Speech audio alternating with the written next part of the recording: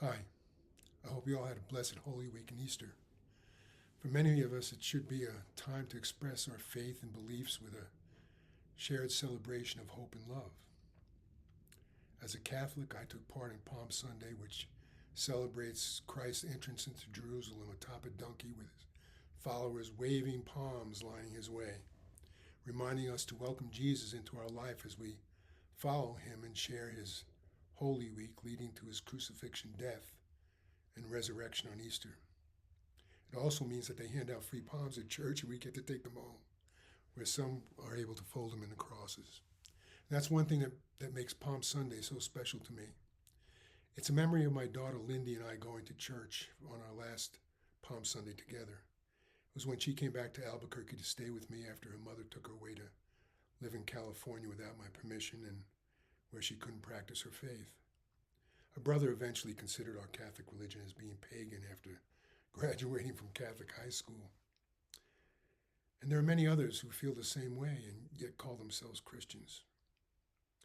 But Lindy felt as I do that being a believer means you have a path, an example to follow, and a purpose, and never criticizing anyone's belief because hopefully you'll cross paths with them on your struggle to find your way to heaven. And as it turned out, more than anything, Lindy wanted to start going to Catholic church again. It was one of the only things she wanted to talk about when she first got back, and without my asking her if she wanted to go to church with me. I was just so happy to see her that I didn't want to pressure her, and yet saw in her such a faith and desire to again practice her Catholic religion that I felt missing in my own commitment to the beliefs I held.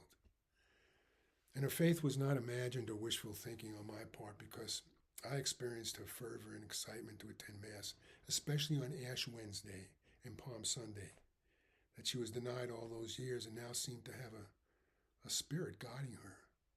And the friends that I talk to now say that was truly what she believed.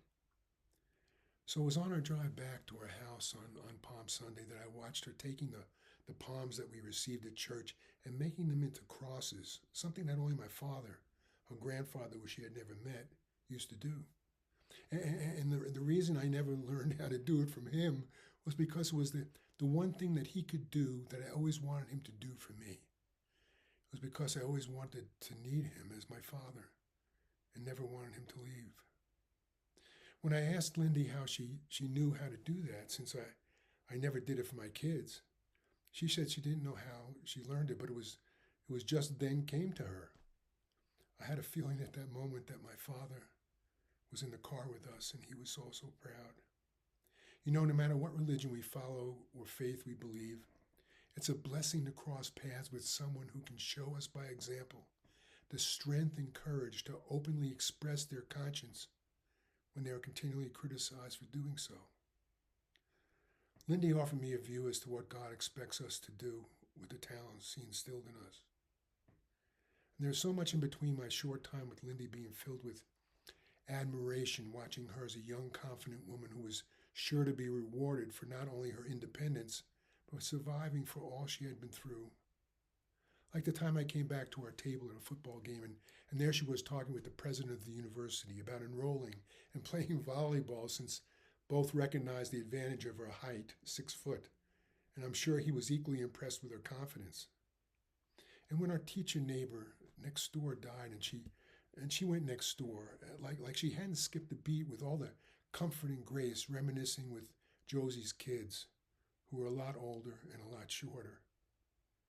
Of course, she wanted the past to remain the past, especially not telling her mother or siblings she was with me since years ago they were given that choice.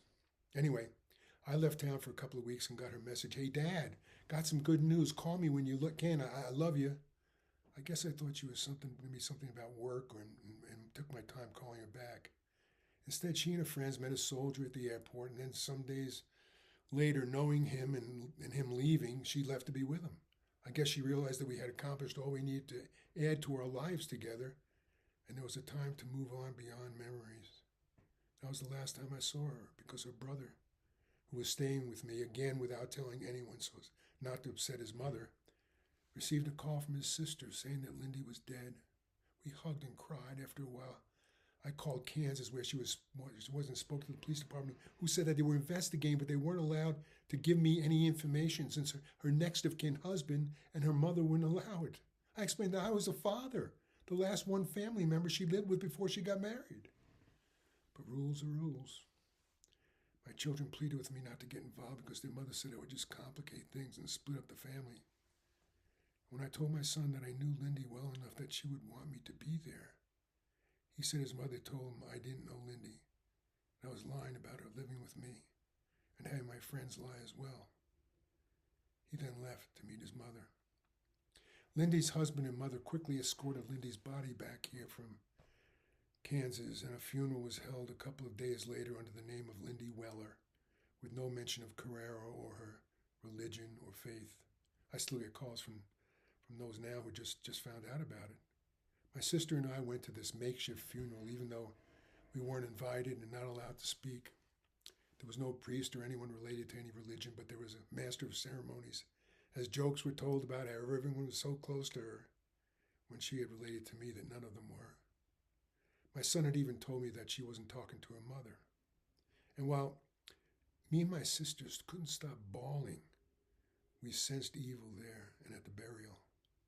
Imagine her own father not being allowed to speak to the virtues of his daughter at the funeral, maybe because I would mention her faith and that she would surely be in heaven. She was buried in Sunset Garden Cemetery, again with no mention made of her faith or me and my sister holding each other crying. Then there was nothing else for me to do except to visit her grave every single day with memories and pictures and rosaries and flowers and crucifixes and prayer. I didn't know what else to do. I was lost. A couple of her friends contacted me who said she would commit suicide since that was what was being said. And then over time, the things I put on her grave started to disappear, and as I replaced them, they would disappear again and again, as I became a regular at the religious item store with the cemetery not knowing who was doing it. Law enforcement suggested that I put a wildlife camera and just pointed at a grave. After a couple of weeks, the video showed her mother and brother physically ripping off what I would glue on her grave, showing the deep-seated resentment and desperation on their part to discourage me from praying for my daughter and remembering her faith every day at her grave, every day. I just wanted us to be left to rest in peace. I filed a restraining order since my son had taken a memento and attached it to a rock, breaking a window in my house and threatening me, which could have been resolved rather quickly if he didn't run away. But how sad those who worship as a brother and sisters might claim to do, not allowing our faith to present itself. Maybe they're different Christians worshiping a different God.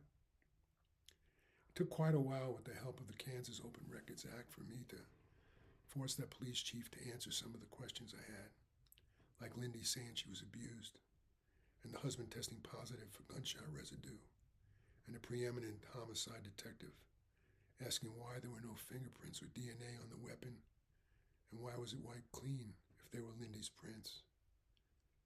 Then so many other questions uncovered from a university criminology class study, recommending that it should have been pursued as a homicide investigation.